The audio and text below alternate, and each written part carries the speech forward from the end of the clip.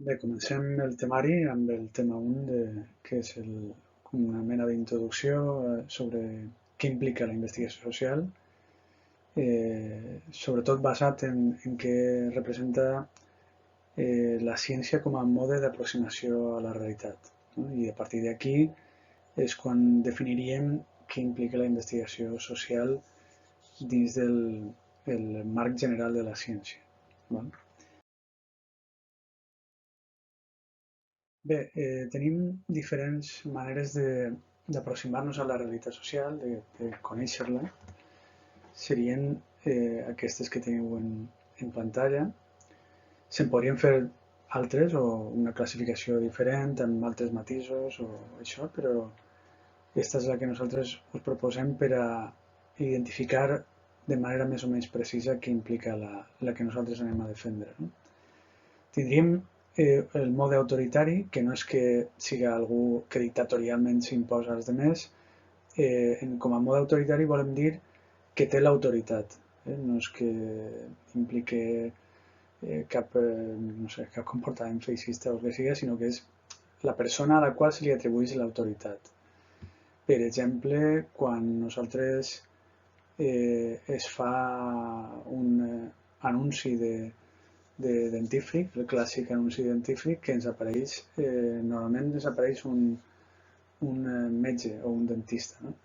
I aleshores aquesta persona que nosaltres no coneixem i a la qual no coneixem ni la seva trajectòria, no sabem absolutament res, pel fet de que du una bata i que baix posa fulanito o fulanita de tal, odontòleg o el que siga, li atribuïm l'autoritat per a dir que Colgate, Signal o qualsevol altre producte és apte per a rentar-se les dents. No?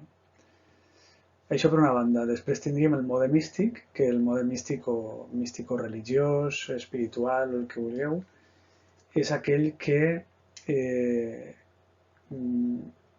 que donem una explicació a la realitat a partir de eh, qüestions sobrenaturals, una explicació de tipus sobrenatural.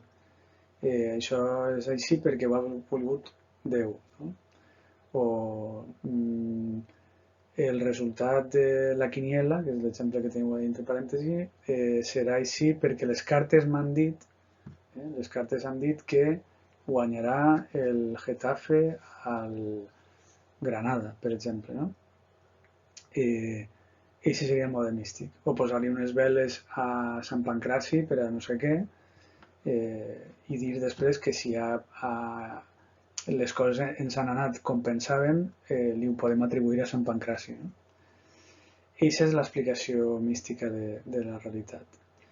I finalment tenim el model lògico-racional, que seria el propi de la ciència, que és aquell que s'aproxima a les coses a través d'un procediment, un mètode per a conèixer de manera pautada, sistemàtica i racional com són les coses. Si ens fixem en l'exemple aquest de la quiniela, tindríem que el model autoritari seria que, no sé, si tenim algun... Imagineu-vos que tenim un veí que va ser futbolista en la seva època, va jugar fins i tot en primera divisió i tal, i controla molt de futbol, i bueno, doncs li diem, escolta, em fas el favor de dir-me resultats de la quiniela? I si seria en mode autoritari. Li conferim a ell l'autoritat com a expert i ens diu quins serien els resultats. Això vol dir que acertarà? Doncs no vol dir que acertarà. De fet, la quiniela és tan complicada que per això la gent no està guanyant diners tots els dies. No? Després, el que vos deia, no? El mode místic seria, doncs, imagineu-vos que algú tira les cartes i així va resolent cadascun dels 15 resultats de la travessa. No? I finalment el mode lògico-racional, que en el cas de la quiniela tampoc garanteix absolutament un resultat, o sigui, tenir l'èxit complet, però normalment serà el mètode que més s'aproximi a l'èxit, serà aquell que considere totes les variables possibles i faça un model estadístic o el que siga a partir del càlcul de probabilitats. tenint en compte la classificació dels equips. Si el primer és l'Atlètic de Madrid, doncs no, en el seu partit contra, no ho sé, el Valladolid, que està més avall, nosaltres preferentment atribuirem una probabilitat de victòria a l'Atlètic de Madrid més elevada que no al Valladolid. Això per una banda. Després, la tradició d'enfrontaments amb els equips. Si un jugador està o no, un jugador clau està o no lesionat, si es juga en casa o fora, i amb tot això podem atribuir diferents percentatges, probabilitats, en funció de diferents variables per a acabar dient que la més alta probabilitat de que guanyi de que el resultat siga victòria del equip de casa és tant i que guanyi el de fora és tant. I al final, doncs, amb això omplim la travessa, no? La quiniela. I així podríem fer-ho en diferents exemples. Penso que igual pot estar ja clar. Ahí tenim la instal·lació d'un parc temàtic, pues el mateix, en mode místic, pues imagineu-vos que algú amb una vareta d'estes com els zaorins, estos que busquen pous de l'aigua, pues algú que amb una vareta anara dient o per influència perquè diu que li ho ha dit el seu familiar des del més enllà o el que siga, pues que la ubicació correcta hauria de ser en el bancal tal, no? Això seria el mode místic. El mode autoritari seria de repente que algú que ja té tradició de treballar amb parcs temàtics ens diguera que el millor emplaçament és un determinat, no? Sense més estudis ni res. I el model lògico-racional seria elaborar tot un estudi de geologia, d'economia, social, o sigui, diferents nivells per a acabar determinant quina és la millor ubicació per a també de cost del sòl, en fi, diferents variables que entrarien a considerar. D'això se'n faria un estudi d'impacte i adequació i el resultat seria que hi hauria un emplaçament o dos o tres, no? Diria, el millor emplaçament és aquest, el segon és este, el tercer tal, no? Després hi ha altres imponderables com el fet de tenir els diners per a pagar uns terrenys o no tenir-los, no? Val. Aleshores, d'això el que tenim que inferir és que nosaltres sempre utilitzarem el mode lògico-racional. Encara que tinguem algú que siga una autoritat en una matèria, fins i tot que siga un científic, perquè no hem de confondre, si la persona amb l'autoritat és un científic i dona la seva opinió, segueix sent el mode autoritari. En canvi, si és científic per a donar la seva opinió fa un estudi, emprarà el model lògico-racional. Nosaltres li haurem conferit l'autoritat, però acabarà emprant el model lògico-racional. O sigui, és simplement en el mode autoritari es confia en la intuïció d'algú que té una experiència, encara que sigui una experiència en el camp científic. El mode lògico-racional no es confia en aquesta intuïció i el que es confia és en fer un estudi, o sigui, aplicar un mètode per a determinar quina és la millor opció.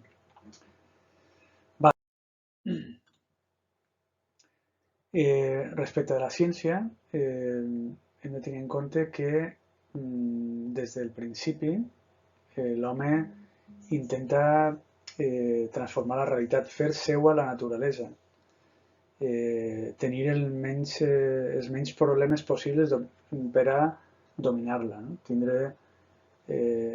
Deixar totes les qüestions de la seva pròpia vivència no a l'atzar, sinó sota el control del seu enteniment. Això ha tingut moltes oscil·lacions al llarg de la història.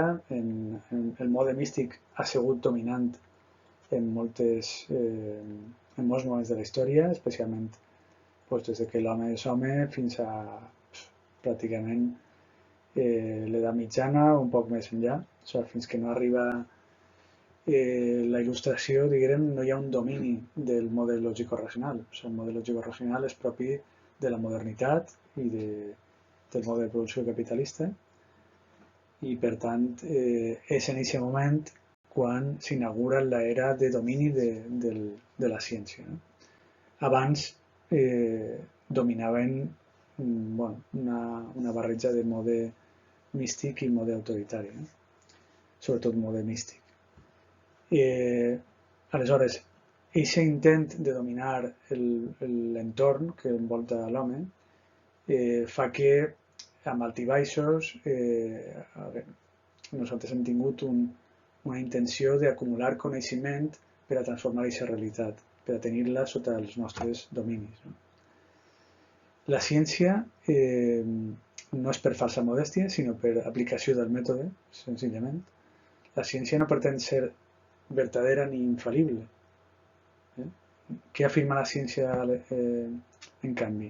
Segons Mario Bunge, que és un filòsof de la ciència argentí, el que afirma la ciència és que és més verdadera que qualsevol model no científic. No és que siga la veritat absoluta. O sigui, la ciència no ho és. No s'afirma això. No s'afirma perquè la pròpia falsació de les teories i de les hipòtesis impedeix que s'afirmi això. O sigui, sempre direm que el que diem nosaltres és més verdader que altra cosa, que no ha passat pel filtre científic.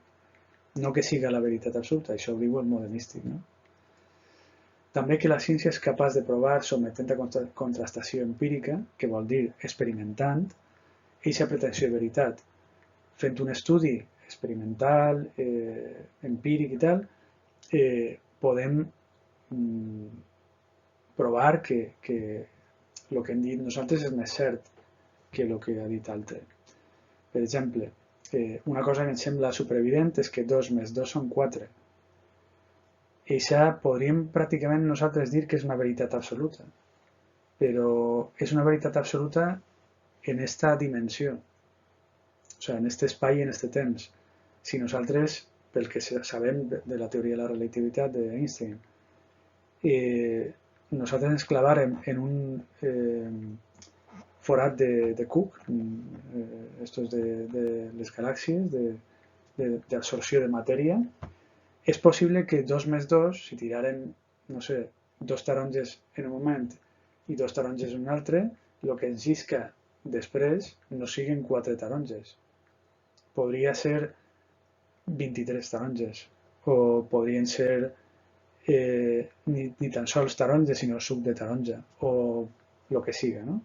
O sigui que fins i tot les veritats que ens semblen més absolutes, com la matemàtica, sempre estarà sotmès a falsació. Després que la ciència és capaç de descobrir les seves pròpies deficiències, o sigui, el mateix mètode, si nosaltres hem errat, o hem errat en un moment, per exemple, el que va passar, la llei universal de la gravetat de Newton, d'Isaac Newton, en el seu moment és presa com a universal, però després s'acaba considerant com particular. O sigui, la llei de la gravetat d'Isaac Newton és la llei de la gravetat de la Terra, no serà la llei de la gravetat en general. O sigui, s'entén que en altres espais, en altres planetes, fins i tot, n'hi ha altres gravetats, no? Això ja s'ha acabat. Entonces s'ha refutat que la llei sigui universal i només és una particularitat. Després, que la ciència és capaç de corregir les seves pròpies deficiències. Les ha identificat, però després, mitjançant el mètode científic també, pot acabar corregint-les. No? Val. Anem a afrontar, en aquest cas també, una definició de la ciència. La ciència la podríem, en els ressaltats, sumant els ressaltats, podríem definir-la de manera contínua com conjunt de coneixements sobre la realitat observable obtinguts mitjançant el mètode científic. Aquesta definició lineal ens informa de tres qüestions. Una, que hi ha un contingut, que és el conjunt de coneixements. La teoria i l'anàlisi permeten comprendre els fets. Tenim uns elements, un conjunt de coneixements que no ens deixa... O sigui, nosaltres mai afrontem una investigació des del no-res. O sigui, no anem... Fins i tot una cosa tan aparentment novedosa com quan apareix el Covid, diem, bueno, és un nou virus. Bueno, és un nou virus, però sabem que és un virus i sabem quines són les característiques del virus. A més, és un coronavirus, per tant, n'hi ha altres coronavirus. Podem intentar respondre a aquest virus com s'ha respost als altres. No? Això després es veu que no funciona i els inicis de búsqueda de vacuna pues, es fan a partir del que se sap dels coronavirus. No? Bé, o sigui, mai tenim una cosa, un objecte d'estudi absolutament novedós. Sempre tindrem alguna teoria precedent, alguna explicació de conjunt que ens ajude a partir d'un punt determinat. Després, aquest conjunt de coneixements, amb l'objecte d'estudi, s'aplica sobre una realitat observable. Tenim un camp d'actuació que és l'objecte d'estudi. Per exemple, en ciències socials, si diguérem actituds dels ciutadans de la ciutat d'Alacant, els residents en la ciutat d'Alacant, davant les mesures preses pel govern en relació a confinament. No? Això ens marca un objecte d'estudi concret, un camp d'actuació, en aquest cas. No? Nosaltres després aplicarem unes tècniques concretes, que seran, per exemple, l'enquesta, que és una de les tècniques estrella que veurem en l'assignatura, i amb això focalitzem l'atenció sobre una població concreta amb un assumpte concret. És una realitat específica. I finalment, obtinguts, aquest conjunt de coneixements sobre la realitat observable, obtinguts mitjançant el mètode científic. O sigui que no ens aproximem de manera intuïtiva o d'una manera de, bueno, a veure com va la cosa i tal, sinó que tenim un mètode, tenim uns passos a seguir concrets i una manera de funcionar, que és la científica, i que ens durà a sistematitzar la informació obtinguda i analitzar-la de manera rigorosa, mitjançant això, la metodologia científica. Característiques que té la ciència, per a concretar encara més de què estem parlant. Doncs bé, la ciència és un saber crític i fonamentat. Això vol dir que justifica primer què anem a fer amb la investigació. O sigui, hi ha un plantejament inicial en el qual tenim un fonament teòric sobre el que anem a explicar. Aquest fonament ens demanarà després unes proves. Tindrem que provar allò que estem dient, les hipòtesis que plantegem, això ho veurem després, que implica tot això. És un saber sistemàtic, el que havíem comentat abans en la tercera part de la definició. Té un ordre, una lògica, un esquema, teoria, lleis, models i després la sistematització del procediment. És un saber explicatiu perquè intentem donar un raonament, un fonament a les coses, intentem predir, avançar què va passar, conèixer per què es produeixen uns fets i no altres, o de quina manera es produeixen. És un saber verificable perquè hi ha una contrastació empírica. O sigui, nosaltres emprem unes tècniques i després l'altre podrà emprar les mateixes tècniques i comprovar que efectivament les coses són com jo dic. De la mateixa manera que passa amb els experiments de laboratori. Jo aplique una proveta sobre una bactèria, una substància, comprove els efectes, ho faig repetidament, comprove que hi ha una repetició, una generalització empírica, i això després ho pot fer qualsevol altre. És exactament com jo ho he fet i d'aquesta manera tindrà un contrast, una verificació sobre que les coses són d'una manera determinada. El saber és metòdic, com això connecta amb el saber sistemàtic, hi ha un procediment, uns mètodes. El saber és objectiu, és objectiu o pretesament objectiu.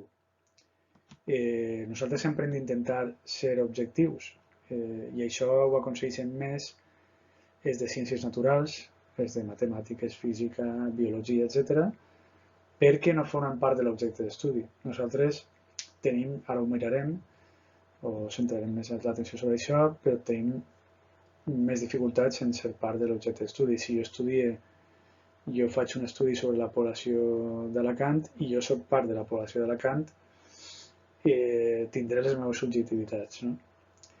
Després és un saber comunicable, que és el comunicable a través del llenguatge de la ciència, que no és únicament les matemàtiques, que són un codi i un llenguatge concret, sinó també la manera de comunicar resultats, investigacions, etc., que és l'estàndard en el món acadèmic. Nosaltres, tant un matemàtic com un psicòleg, com un enginyer, com un sociòleg, diguem que ens comportem acadèmicament de la mateixa manera. Quan fem un article acadèmic, en una revista científica, desenvolupem el mateix esquema d'introducció teòrica, metodologia, discussió, resultats, conclusions. No? Per exemple, aquest esquema es reprodueix en tots els casos pràcticament. No? I hem de citar tota la bibliografia de manera correcta, això implica una fonamentació teòrica, després hem de tenir una part empírica, en fi, tot això es dona en qualsevol rama de la ciència. També és un saber provisori que implica que està sotmès a falsació, a revisió contínua. O sigui, el que jo diga m'ho podrà refutar o rebutjar un altre que faci una investigació semblant a la meva. I jo ho hauré d'acceptar o hauré de dir, val, aleshores, si a tu t'ha eixit una altra cosa, pot ser atribuïble a la variable temps, o sigui, en el moment o a la variable contextual. En el context que jo ho he fet, era imagineu-vos que l'exemple que he posat abans de les actituds dels alacantins respecte de les mesures de confinament del govern central, jo he fet l'enquesta ara mateix en un moment, jo us estic parlant el 27 de gener, moment crític de la pandèmia, on està tot descontrolat, el contagis en el moment més elevat i tal. I després ve un altre i fa la mateixa investigació, però la fa, diguem, en maig, que ja s'ha passat de sobres de la tercera ona, fa més bon oratge i les coses van millor, tenim un moment més relaxat en quant a això, no? Esperem que sigui així. Doncs, segurament a aquest investigador que ha replicat la meva investigació li seran resultats diferents als meus i podrem atribuir-ho, això, a els contextos diferents. Si tinguera el mateix context que jo, o sigui, que ho haguera fet la mateixa setmana o com a molt la setmana posterior, sí que podríem dir que algú ha fet mal les coses, ha fet el treball de camp mal o el mètode s'ha aplicat mal o el que sigui. No? Però el cas és que tenim aquesta oportunitat de tenir una revisió contínua del que produïm. No?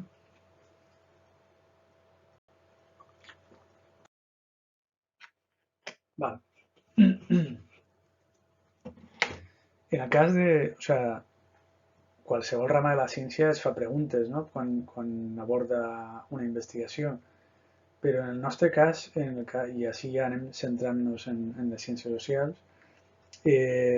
aquestes preguntes són més crucials perquè nosaltres no tenim tan fàcil... el nostre objecte és més complex. Són els éssers humans que no són tan previsibles com ho és, per exemple, no sé, una ameba o una cèl·lula simple, no? O fins i tot un reptil, no? Els comportaments del món vegetal, animal, diferents al nostre, són més previsibles. Aleshores, les aproximacions són més senzilles. No? En el nostre cas, tenim aquesta dificultat afegida que el nostre objecte d'estudi és més volàtil i més imprevisible. Per tant, les preguntes són importants, atinar-ho per a comprendre bé les coses. I es poden fer aquest tipus de preguntes. Què és que està passant? Què succeeix? Com succeeixen els fets socials? O sigui, el què és, com, per què succeeixen, explicació, i per a què succeeixen, les implicacions. Aquestes preguntes, no dic que es facin sempre, però són algunes de les preguntes que s'han de fer davant qualsevol fet. No? Si tenim en compte, per exemple, el que teniu ahí entre parèntesis, no? les protestes que s'han produït de qualsevol tipus, les que s'hagin produït, però per alguna que tinga que sigui més recent, doncs les que van haver una volta passada la primera ona o fins i tot en el cor de la primera ona va haver protestes o parades contínues dels professionals de la sanitat demanant més mitjans, més personal, tot això. No? Què està passant? Què succeeix en la primera pregunta? Pues, ahí hem de descriure simplement els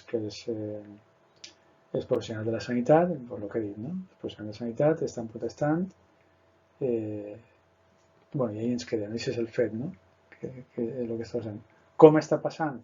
Pues està passant sense parar, perquè estem en un moment d'emergència sanitària, sense parar els treballs quotidians, o sigui, no hi ha una vaga que acaba d'arruïnar tot, sinó que es para en moments de descans concrets i molt puntualment, 5 minuts, 10 minuts, i es produeix això en un moment concret de la jornada. No? Per què passa això? Doncs perquè tenim, així vindria tota una explicació. Les ciències socials hauríem de fer qualsevol tipus d'investigació, qualitativa o quantitativa, que ens informara de quines són les raons que condueixen a aquesta mobilització. Necessitaríem les estadístiques de despesa pública en sanitat, de la quantitat de contractacions mensuals o anuals, quina és la comparació d'això amb altres països, com estan altres països en relació a nosaltres, etc. No? Tindríem que veure si efectivament la protesta té sentit o per què té sentit aquesta protesta. No? I per a què succeeixen aquests fets socials? Evidentment, la protesta d'aquesta gent té una intenció de canvi. O sigui, hi ha clarament una intenció de transformació. Ells fan aquesta protesta per a intentar canviar les coses, per a que augmenten els recursos destinats a la sanitat pública i que no tinguem aquesta situació d'imprevisibilitat i desbordament del sistema en un moment com el de la pandèmia, ja no dic en març, que això ens va pillar de sorpresa, sinó que on més clarament s'està veient lo mal que estaven planificant les coses és en la segona, en aquesta tercera ona, no? Que ja el descontrol és absolut i torna a saturar-se el sistema. No? Val. Un exemple de com s'afrontaria a través d'aquestes preguntes una investigació social.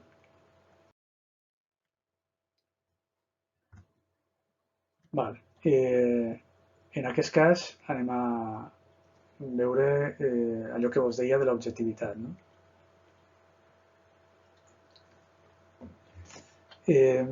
Nosaltres, el nostre objecte d'estudi, com vos deia abans, són els éssers humans i En el nostre cas no individualitzadament, com podria passar amb la psicologia, en el nostre cas són grups d'humans. No? I això, bé, ens condueix a aquesta imprevisibilitat que vos comentava abans, les ciències fortes, que serien les naturals sobretot, les matemàtiques, física, etc., permeten, no sempre perquè també hi ha possibles conflictes ètics o el que sigui, però hi ha una separació més o menys efectiva respecte a l'objecte d'estudi. Jo puc separar-me, no puc no estar implicat absolutament davant de la cèl·lula no sé què. Igual després si tinc tinc una actitud molt, diguem, animalista, possiblement animalista, i soc tècnic de laboratori que treballa amb ratolins, doncs ho tindré complicat, no? Però bueno, això no tindrà interferències en l'objectivitat respecte al procediment, no?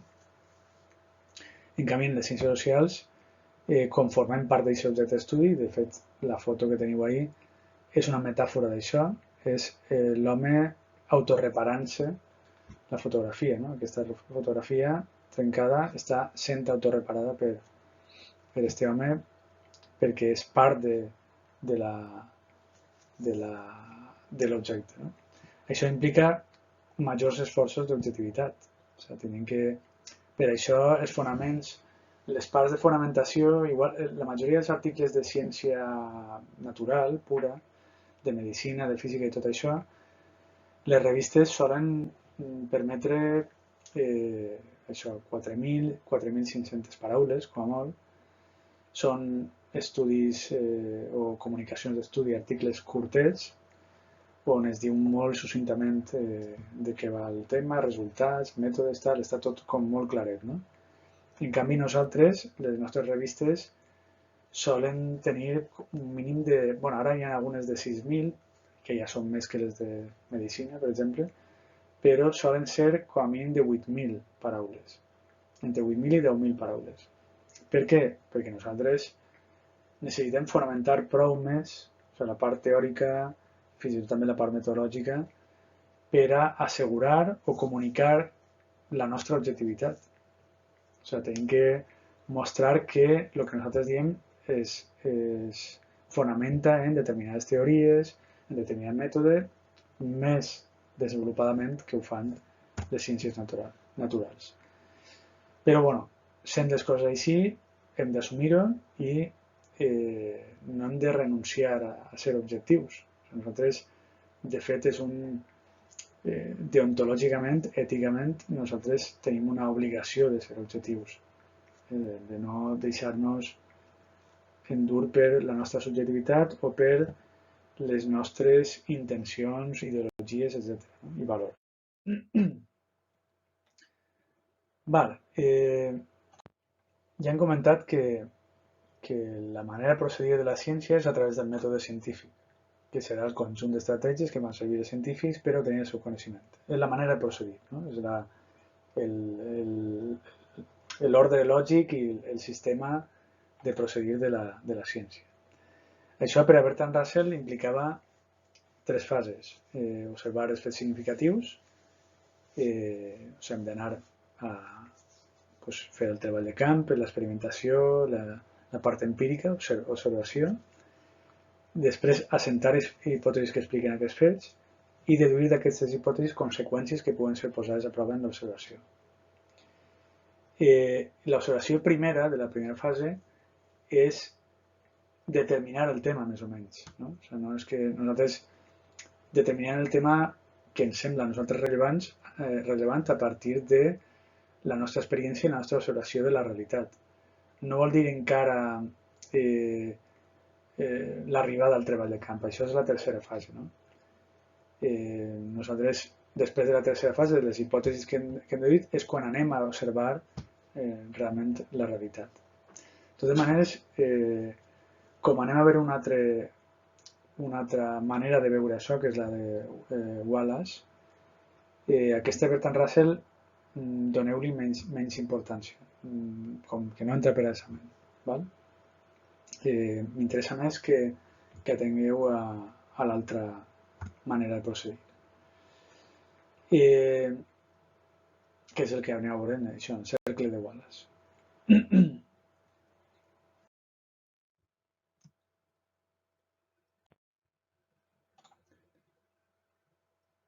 Vale, aquí tenim el cercle. Hi ha unes fases, o sigui, aparentment no tenim un punt d'inici, no hem marcat un punt d'inici perquè s'ha deixat lliure per a determinades investigacions que no partixen del punt més habitual, que seria la teoria. No? O sigui, la teoria, imagineu que és com un rellotge i a més té el mateix sentit de les agulles del rellotge i les 12 del matí o de la nit seria la teoria, l'inici, no? Les 0 hores o les 12 hores seria el punt de dalt de tot, teoria, i és el punt normalment inicial d'una investigació, però no sempre. O sigui, això també hem de tindre clar que a voltes es fan investigacions tentatives que partixen des de l'observació, des de les 6 de baix, i d'ahir pues, es continua la investigació cap a dalt. No? Val. Tindríem, hi ha 8, no són 12, no és com el rellotge que té 12 punts, nosaltres tenim 8 punts, i d'aixòs 8 punts, 4 d'ells són components bàsics d'informació. Estan en un quadrat, en un rectangle, perquè són components més estàtics, són components més que no impliquen transformació, sinó que són un moment de presa d'informació o d'afrontar la informació. Vale, tenim aquests components bàsics d'informació, però també tenim controls metodològics que són aquells que ens fan passar, estan en una el·lipse, en un òval, perquè són més dinàmics, són les transformacions d'informació. De la teoria a les hipòtesis passe de la teoria a les hipòtesis a través de la deducció, en el primer pas. No? De les hipòtesis a l'observació passe a través de l'operacionalització de conceptes. Val? O sigui que tenim 4 i 4, que són, en un cas, components estàtics d'informació i en els altres components dinàmics de transformació o controls metodològics en aquest cas.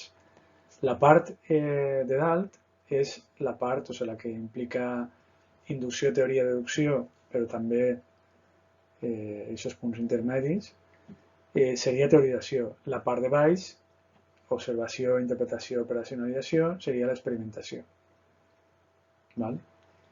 Els dos punts de les hipòtesis, tant la hipòtesi de les 3 com la generalització empírica o contrast d'hipòtesi de les 9, serien punts centrals que estan a cavall o entre teorització i experimentació, estan entre els dos mons. No? Val. Aleshores, anem a seguir el procés sencer. Jo partís del punt, partint de la investigació canònica o més habitual, que és a partir de la teoria.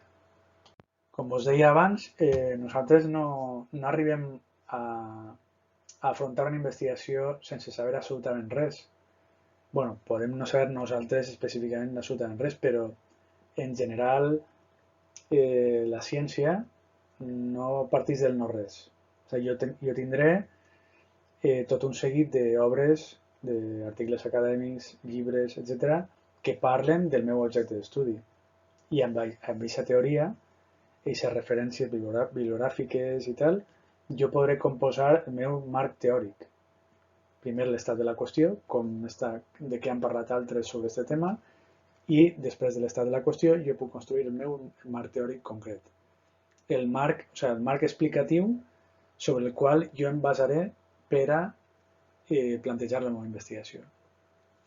Això és el primer, tenim una fase primer de lectura, de familiaritzar-se amb el tema d'estudi, la teoria. A partir de la teoria jo puc deduir unes hipòtesis. La deducció és de lo més general d'una teoria a lo particular, a unes hipòtesis concretes en relació al meu objecte d'estudi. Jo, disculpeu, jo abans ja he plantejat el tema. En el moment que jo inicié la investigació, jo plantejo el tema i sobre aquest tema en concret i sobre una població concreta o el que siga, jo de les coses generals que s'han dit o del que han dit en conjunt altres científics sobre la qüestió en concret, jo deduïsc unes hipòtesis. Anem a plantejar per a fer tota la roda amb un exemple. Anem a considerar que jo estic fent una investigació sobre les actituds i comportaments i conductes respecte dels productes ecològics en l'alimentació. No?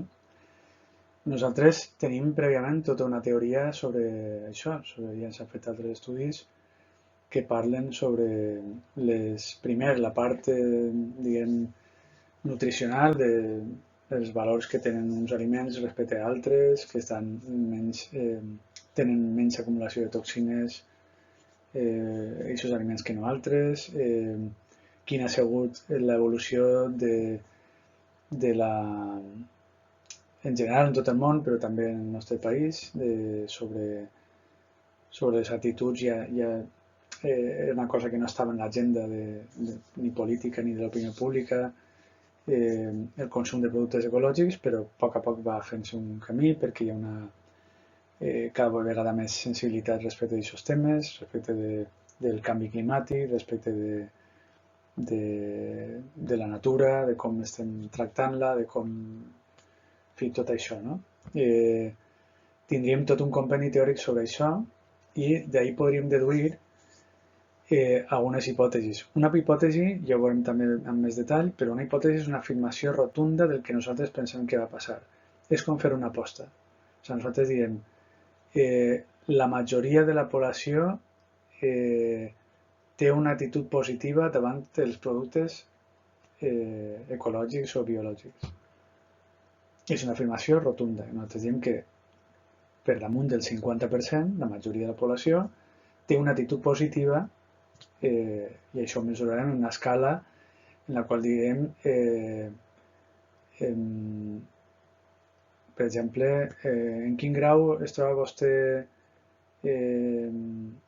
considera, o en una escala de 0 a 10, per exemple, com valoraria els productes agroecològics. I si ens pareix o sigui, considerem positiu tot el que sigui a partir de 6 o de 7, si volem ser més exigents, i aleshores nosaltres diem que més del 50% dirà otorgarà una nota o una qualificació, una valoració de 7 o més. I aquesta és la hipòtesi. Podem fer nosaltres més del 30% consumís productes ecològics amb regularitat.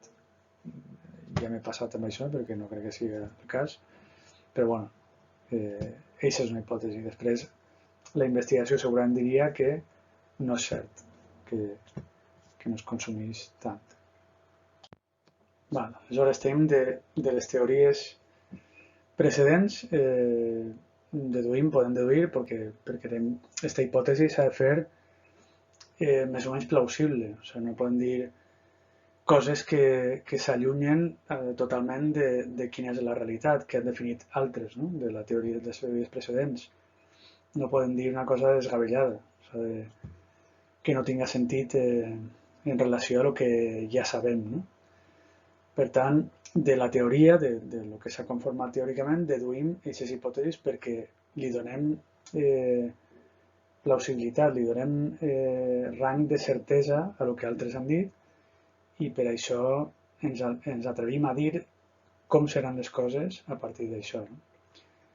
Plantegem aquestes hipòtesis i a partir de les hipòtesis tindríem unes variables definides, per exemple, quan hem dit la majoria de la població té una actitud positiva davant dels productes agroecològics. Hem de definir en l'operacionalització de conceptes per a després anar a fer un qüestionari o el que siga, hem de definir perfectament cadascun dels conceptes. Hem de definir què és un producte agroecològic, hem de definir quina serà l'escala amb la qual mesurarem el grau de satisfacció o el grau o la valoració que es faça. Diríem, doncs una escala de 0 a 10, on 0 és la puntuació més baixa i 10 és la puntuació més alta. Tot això en la part metodològica s'haurà de definir perfectament. S'haurà de fer aquesta operacionalització de conceptes, que vol dir que d'un concepte teòric, d'una cosa abstracta, nosaltres fem una cosa mesurable. O sigui, és passar de conceptes que no es poden mesurar perquè tenen un grau elevat d'abstracció a altres que sí que són mesurables. Una volta tinc això, ja ho he configurat tot bé, les escales de mesura, la definició correcta de cadascun dels conceptes i tal, ja puc anar a dissenyar un qüestionari que em permeta observar la realitat, obtenir les dades. Jo després faria una mostra de la població de la província d'Alacant, per exemple, i aplicaria un qüestionari utilitzant la tècnica de l'enquesta. És una enquesta a la qual jo apliqui l'instrument qüestionari, l'eina del qüestionari.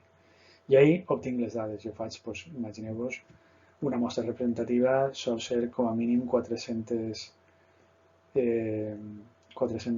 unitats, 400 enquestes, faria aquest treball de camp i després torne a un control metodològic, que és el que, amb la informació que jo he obtingut en el camp, jo faig l'anàlisi, o sigui, la interpretació i l'anàlisi. Primer la interpretació, que és dir, què signifiquen aquestes dades, i després analitzar-les. O sigui, analitzar-les vol dir donar-los un sentit. I amb això, o sigui, jo, des de l'obtenció de les dades, des de l'observació, faig la interpretació i amb aquesta interpretació aconseguís situar-me a les 9 del nostre rellotge en el punt en paral·lel a les hipòtesis, que és les que havíem definit. Ara jo puc contrastar les hipòtesis. Jo puc, amb el que m'ha eixit, jo havia dit que més de la meitat de la població té una actitud positiva davant dels productes agroecològics i ara jo tinc les dades per a saber si això és cert. Aleshores vaig i de sobte, en el programa estadístic, l'SPSS o el PSPP, que és la versió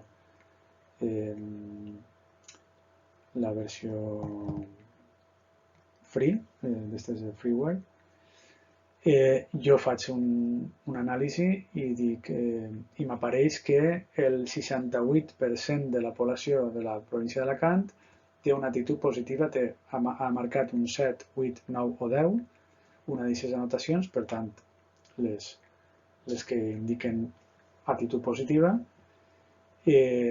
davant els productes agroecològics. Què vol dir això? Que jo en el meu contrast d'hipòtesi el que faig és posar en un costat el que jo havia dit en la hipòtesi i el que m'ha eixit. I quin és el resultat d'aquest contrast? Doncs dir si confirme la meva hipòtesi o la rebutge. Si m'ha eixit el 68% i havia dit que la meitat o més, o sigui, més de la meitat, jo confirmaré la hipòtesi. La hipòtesi que jo he plantejat al principi és una hipòtesi confirmada. És així com jo havia dit. Per tant, jo podria haver eixit que no, podria haver eixit un 43%, iria rebutge la hipòtesi. La majoria de la població no té una actitud favorable davant dels productes agroecològics. Això no voldrà dir que la meva investigació està mal. El que voldrà dir és que la hipòtesi que jo he plantejat no és correcta, però la meva investigació pot ser perfectament vàlida. Els meus resultats són igual de vàlids. L'únic és que la meva intuïció havia fallat, però els resultats i el procediment i tot estan igualment avalats. Ja tinc jo hauria citat 7 o 8 hipòtesis, o les que siguen, i les contraste totes elles, ja tinc tota la investigació feta, i amb això, amb els resultats confirmats o no, jo ja puc induir, puc seguir el camí de lo particular a lo general. O sigui, jo aporto el meu granet d'arena al conjunt general de teories sobre la matèria, sobre aquest tema. O sigui, jo ja puc, la inducció és, pues, dir, n'hi ha una actitud favorable, jo ho he comprovat empíricament. Aleshores jo alimente la teoria novament per a confirmar, o sigui, continuar confirmant que cada vegada l'actitud és més positiva. Hi ha una preocupació major pel medi ambient i per consumir de manera sana, etc. No? Doncs jo consolide aquesta teoria que anava en aquesta direcció, que explica tendències de cada vegada més empatia pel nostre medi ambient. No? I amb això tanque el cercle, però tanque no per a sempre. O sigui, el cercle continua obert. O sigui, la ciència implica un procés circular continu. El que ha acabat és la meva investigació, que jo tenia pues, el finançament que tinguera i amb això pues, jo faig el meu informe, justificació de despeses, tot el rotllo, i jo acabe la meva investigació concreta, però la investigació sobre aquest tema continua. La investigació sobre el tema, jo només he aportat un granet d'arena, un poquet, a aquesta teoria, i altres ja podran iniciar la seva investigació sobre aquest tema en un altre lloc, en un altre temps, amb tota la teoria precedent, més la meva investigació que jo he publicat en la revista Agrobusiness Studies, per exemple. No? I amb això tenim vist el cercle de Wallace. Això és de les coses més importants del tema 1, perquè ens informa sobre el procediment de la ciència, de com funciona, i és una cosa que té una part d'abstracció, però és la dinàmica que nosaltres tenim que assumir, perquè hem de funcionar amb ella de cara a les nostres investigacions pràctiques de l'assignatura, però també de cara a les investigacions que vosaltres, com a treballadors socials, poguereu encarregar. No sempre acabareu fent vosaltres la investigació, de fet, no se us demanarà això, però sí que pugueu ser capaços d'encarregar una investigació, saber plantejar-la i saber llegir els resultats que vos donen d'una investigació. Per tant, abans d'això heu d'assumir la manera de funcionar, i aquesta és la manera de funcionar, la que planteja així el cercle. Hi haurien altres maneres d'explicar-ho, però la del cercle Wallace és de les més idònies. Jo crec que amb això, aquí hi ha algunes coses que ja hem comentat sobre el cercle Wallace. Tot això és referit al cercle Wallace. És un mètode teòric en el seu origen i en el seu fi, perquè el punt, el de les 12, la teoria, és el que normalment s'usa com a punt inicial. És empíric, la seva font d'informació i de resposta als problemes és l'experiència, el que veiem en l'entorn de l'experimentació, Bayes, a les 6 i les hores contigües. És alhora inductiu i deductiu, perquè jo puc deduir de la teoria precedent les meves hipòtesis d'investigació, però també jo puc oferir resultats d'investigació que alimenten posteriorment la teoria. És crític perquè sempre es troba subjecte a revisió i els resultats no són mai definitius. És aquesta estructura o aquesta lògica circular contínua que us he comentat. I és un poc això, el que és relativitat, interacció contínua entre experiència i teoria i això. I això permet l'acumulació de coneixement i la falsació, la contrastació de coneixements amb l'experiència. I jo crec que acabem aquesta primera part del tema 1 i continuarem amb un altre vídeo més endavant.